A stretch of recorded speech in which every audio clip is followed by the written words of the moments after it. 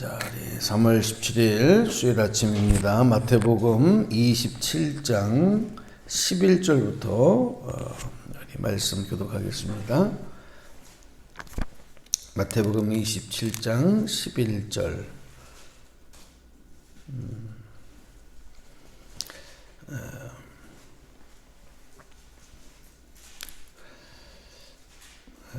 오늘은 14절까지만 말씀 함께 읽도록 하겠습니다. 소리내서 11절에서 14절까지 자, 소리내서 읽습니다. 시작.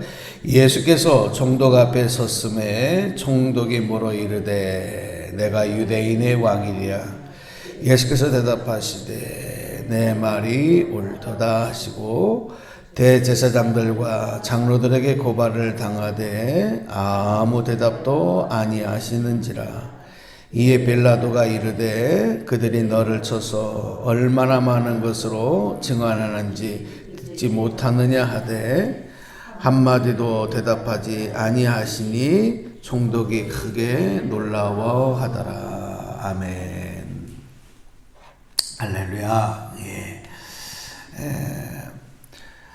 오늘은 이 진리를 알지니 진리가 너희를 자유케 하리라 하신 주님의 말씀, 또 내가 진실로 진실로 너희에게 이르노니 죄를 범하는 자마다 다 죄의 종이니라 하시는 주님의 말씀을 우리 먼저 한번 마음에 새기면서 오늘 본문에 이제 빌라도 앞에 서신 예수님과 처음으로 이제 만남을 갖게 되는 빌라도, 유대 총독이었던 빌라도의 만남의 사건을 통해서 몇 가지 말씀을 좀 나누려고 합니다. 오늘 좀 더 다 말씀을 전하지 못하는 내용은 내일 또 그 뒷부분의 말씀을 또 좀 전하려고 하는데요. 오늘 특별히 빌라도는 당대에 참 일반적인 사람들과는 다른 굉장히 높은 지위를 가지고 있었고, 또 재판관이었고, 그리고 또 정치적인 지도자이기도 했습니다. 그런데 그런 빌라도가 많은 죄인들을 재판을 하고 또 많은 일들을 처리해 나가는 그런 행정의 수장의 입장에서 그가 고민하고 또 판단을 내리고 했을 텐데, 오늘 예수님과의 만남, 당시에는 죄인의 신분으로 유대 총독 재판관이었던 이 빌라도 앞에 끌려 나온 예수님과 만났을 때 자기 앞에 던져진 그 문제 때문에 고민하다가 그 문제 때문에 역사적인 죄인이 되어지는, 영원히 역사적인 죄인으로 기억되는 그런 이제 운명이 되는 그런 빌라도를 오늘 본문을 통해서 만나게 됩니다. 이 빌라도는 우리가 잘 아는 것처럼 예수님을 십자가에 못 박아 죽게 한 주범으로 기억이 되고, 그리고 영원히 지금 2000년이 지난 지금까지도 우리가 하나님 앞에 신앙 고백을 할 때도 본디오 빌라도에게 고난을 받으사 십자가에 못 박혀 죽으시고라고 하는 예수님의 죽음과 가장 밀접된 주범으로서 고백하는 이런 참 비운을 맞은 사람이죠. 왜 빌라도가 이런 운명이 되었을까? 여러 가지 이유가 있겠습니다만은 오늘 특별히 우리가 말씀에 입각해서 돌아볼 때 그가 진리대로 살지 못했기 때문에 그래요. 그러니까 우리가 진리를 따라 산다고 하는 것이 또 여러 가지 고민되고 또 판단해야 되고 결단해야 되는 여러 가지 일들 상황 속에서 진리를 따라가고 진리대로 사는 일이 얼마나 중요한가 하는 것을 우리는 이 빌라도를 통해서 다시 한번 깨닫게 되는 것입니다.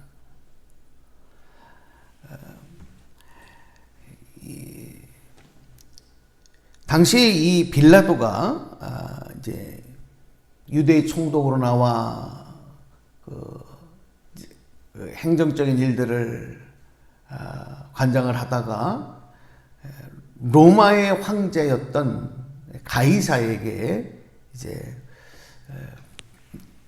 보고하는 내용들이 이제 있었을 텐데, 그 중에서 이 빌라도의 보고서라고 하는 문서가 이제 남아 있다고 합니다. 근데 그 내용에 보면 그 보고서의 마지막에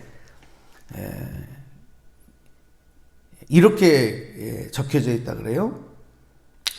십자가 옆에서 이 십자가 처형 현장의 지휘관이었던 로마의 백부장인 이 말커스가 말한 것처럼 저도 진실로 나사렛 예수가 하나님의 아들이었다고 말씀드리고 싶습니다. 빌라도가 로마의 황제에게 보고를 하면서 예수라는 사람은 진정 하나님의 아들이었습니다, 그렇게 생각합니다, 이런 보고를 써서 올렸다는 거예요. 그러니까 이 빌라도는 지금 예수님, 자신 앞에 끌려 나온 예수라고 하는 죄인을 신문하고 심판을 할 때에 예수님이 무죄하다, 죄가 없다라고 하는 사실을 알고 있었던 거예요. 그리고 그가 나사렛 예수가 하나님의 아들이셨다, 하나님 신성모독죄로 또 백성들을 선동하는 죄로 끌려 나온 이 예수라는 죄수가 하나님의 아들이구나, 그것도 빌라도가 알고 있었던 거예요. 그런데 왜 예수님을 십자가에 못 박아 죽게 했느냐? 빌라도가 하나님을 몰라서도 아니고 또 예수님이 어떤 분이신가 몰라서도 아니고, 그 상황과 그 형편이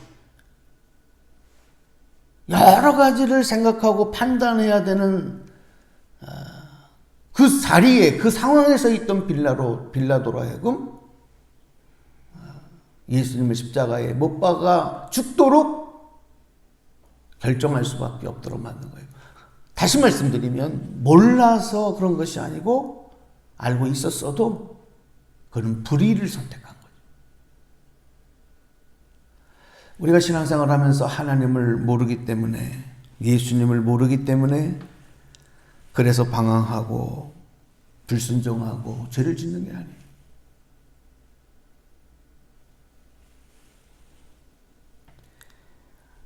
잘 알고 있지만, 하나님을 알고 있고 예수님을 알고 있지만 오늘 빌라도의 전철을 밟고 있는 사람들이 너무 많다는 거죠. 왜? 지금 처해 있는 상황이, 내가 있는 지금 내 형편이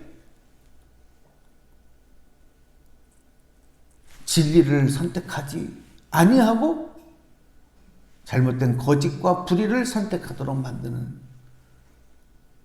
바로 그 자리에 서는 일이 많은 거예요. 오늘 특별히 우리는 11절에서 예수님 앞에 선 빌라도 총독 앞에 선 예수님을 다시 한번 만나게 됩니다. 자, 11절 말씀 한번 저랑 읽어보실게요. 다시 한번 보시죠. 시작. 예수께서 총독 앞에 섰음에 총독이 물어 이르되 내가 유대인의 왕이냐? 예수께서 대답하시되 내 말이 옳도다 하시고. 참 이게 역사적인 지금 사건인데,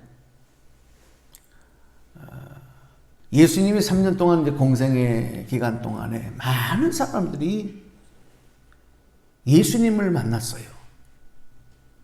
군중 속에 묻혀서 멀리서 예수님을 본 사람도 있지만 개인적으로 또 예수님을 찾아와서 만난 사람도 있고 예수님이 찾아가셔서 만난 사람도 있어요. 오늘 빌라도도, 본디오 빌라도도 당시의 사회적인 지위는 예수님과 전혀 많이 달랐던 사람이지만 지금 오늘 역사적인 만남, 하나님의 아들이신 예수님과 지금 법정에서 한 사람은 재판관의 입장에서 한 사람은 죄인의 입장에서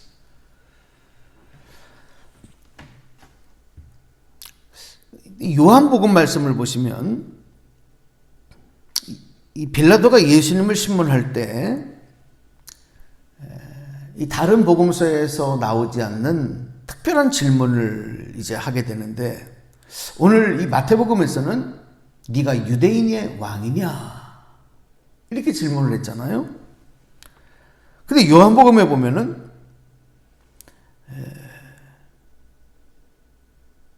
예수님에게 뭐라고 질문하냐면 진리가 무엇이냐 이렇게 질문을 해요. 자, 여러분 요한복음 14장 6절에 보면 예수님 뭐라고 말씀하시냐면 내가 곧 진리요 생명이요 내가 곧 진리요 생명이요 빛이다. 나로 말미암지 않고는 아버지께로 올 자가 없다. 이렇게 말씀하셨던 예수님. 그러니까 예수님이 곧 진리인데 진리이신 예수님을 앞에 세워놓고 진리가 무엇이냐 이렇게 묻는 거죠. 당시에 유대인의 총독까지 되었다고 한다면 굉장한 사람 아니겠습니까? 공부도 할 만큼 한 사람이고 머리도 좋은 사람이고 판단력도 있는 사람이고 지도력도 있는 사람이고 그러니까 유대인의 총독까지 온 사람 아니에요. 근데 영적으로는 너무 무지한 거죠. 왜? 진리신 분을 놓고 진리가 뭐냐 이렇게 물어보니까.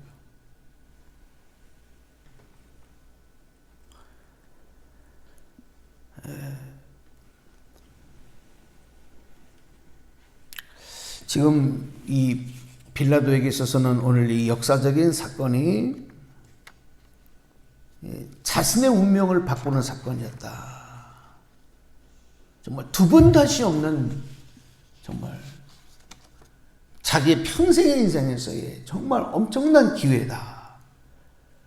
이 판단을, 이 만남, 예수님과의 만남의 기회를 어떻게 자신이 대응하고 받아들이느냐에 따라서 평생 돌이킬 수 없는 후회의 결과 아니면 반대로 가장 영광스러운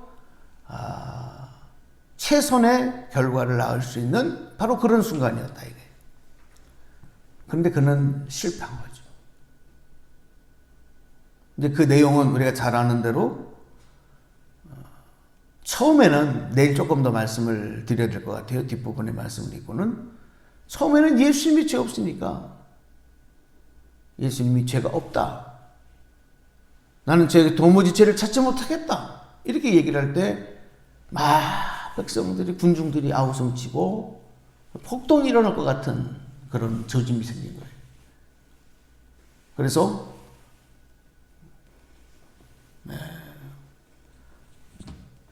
자신의 책임을 이제 온전히 감당을 하지 않죠.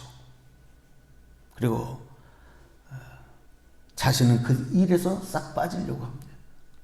나는 죄가 없다 하고 손을 씻어버립니다. 바라바라고 하는 죄인과 예수님을 세워놓고 흥정을 하죠. 아마 이 빌라도는 설마 백성들이 그 흉악한 사형 선고를 받은 이 바라바와 예수님을 둘을 놓고 누구를 십자가에 처형시켜야 되느냐 할 때 어쩌면 설마 예수님을 선택할까 하는 마음이 있어요. 왜? 죄가 없었으니까. 근데 백성들은 예수를 십자가에 못 박으라. 결국은 이렇게 돌아가는 상황 형편에 빌라도는 싹 빠집니다. 그래서 손을 씻습니다. 오늘 말씀의 결론으로 우리가 이 예수님과의 만남, 예수님 앞에 서게 되는, 예수님이 내 앞에 서셨을 때 우리는 성경에서 예수님과의 만남, 하나님의 부르심 앞에 선 사람들이 그 사건을 통해서 완전히 자신의 인생이 대반전이 되어지고 하나님의 손에 붙잡혀서 큰 하나님 역사를 이뤄가는 새로운 삶, 새로운 인생, 새로운 존재가 되는 그런 일들을 많이 보지 않습니까? 아브라함도 그랬고 그 이후에 모세도 그랬고 사도 바울도 그랬고 많은 분들이 그렇게 됐는데 오늘 빌라도는 예수님 앞에 섰지만, 예수님이 그 앞에 서셨지만 그 기회를 그는 악용한 사람이다. 왜? 진리를 따라 살지 않았기 때문에, 진리대로 행하지 않았기 때문에 기회를 따라서 그 순간에 자기의 유익을 따라서 살다 보면 오늘 우리들도 빌라도의 전철을 밟을 수가 있는 거예요. 우리 그리스도인들은 여러분 목숨을 걸고 양심을 걸고 인생을 걸고 그러므로 진리를 붙잡아야 될 줄로 믿습니다. 진리를 따라 살아가야 되는 거예요. 진리는 곧 예수님이에요. 예수님. 절대 예수님 아닌 다른 것이 우리 모든 삶의 판단 기준이 되어지고 또 우리가 나아가는 또 다른 방법이 된다고 한다면 제2의 빌라도가 될 수 있는 거죠. 아마도 빌라도도 자기를 합리화시키는 많은 핑계거리 이야기들이 있었을 것입니다. 그러나 그런 빌라도는 결국은 역사적인 저주받은 인물, 가장 비운의 인물이 되고 마는, 왜? 진리를 따라 살지 않았기 때문에, 진리대로 행하지 않았기 때문에, 진리대로 결정하지 못했기 때문에. 오늘도 여러분 우리 기도하면서 하나님, 내가 이런 상황 저런 상황 여러 가지 형편과 상황에 있다 할지라도 진리이신 예수님 붙잡고 진리를 따라 행하게 하시고 그 진리를 따라 판단하고 결정하며 나갈 수 있는 삶이 되게 하여 주시옵소서. 오늘도 이렇게 기도하시면서 오늘 하루도 주님과 동행하는, 주님 말씀에 순종하는 하나님의 뜻을 이루는 승리하는 하루 되시기를 주님의 이름으로 간절히 축복합니다. 축원합니다. 기도하겠습니다. 하나님 감사합니다. 우리들의 삶에 하나님의 은혜와 축복이 너무나도 큽니다. 예수님 날 위하여 오시고 내 앞에 서셔서 또 나를 하나님의 자녀 삼으시기까지 우리의 모든 것을 다 주셨건만 우리가 주님 앞에서 진리를 따라 행하지 못하고 진리를 무시하고 버리고 세상의 다른 것들을 선택하는 이런 잘못을 저지를 때가 얼마나 많은지 모릅니다. 그 일이 결국에 가서는 예수님을 십자가에 못 박아 죽게 하는 그런 원인이 되고 주범이 되는 본디오 빌라도와 같은 모습이 된다는 사실을 우리가 마음에 깨닫게 하여 주시고, 하나님 다시 한번 진리이신 예수님 붙잡고 진리를 따라 행할 수 있는 저희들의 삶이 될 수 있도록 믿음의 여정이 될 수 있도록 은혜를 내려 주시옵소서. 오늘도 기도하는 저희들에게 하늘의 복 땅의 복 넘치는 복으로 채우시고 응답하실 줄로 믿고 감사드립니다. 우리 주 예수님의 이름으로 기도드리옵나이다. 아멘.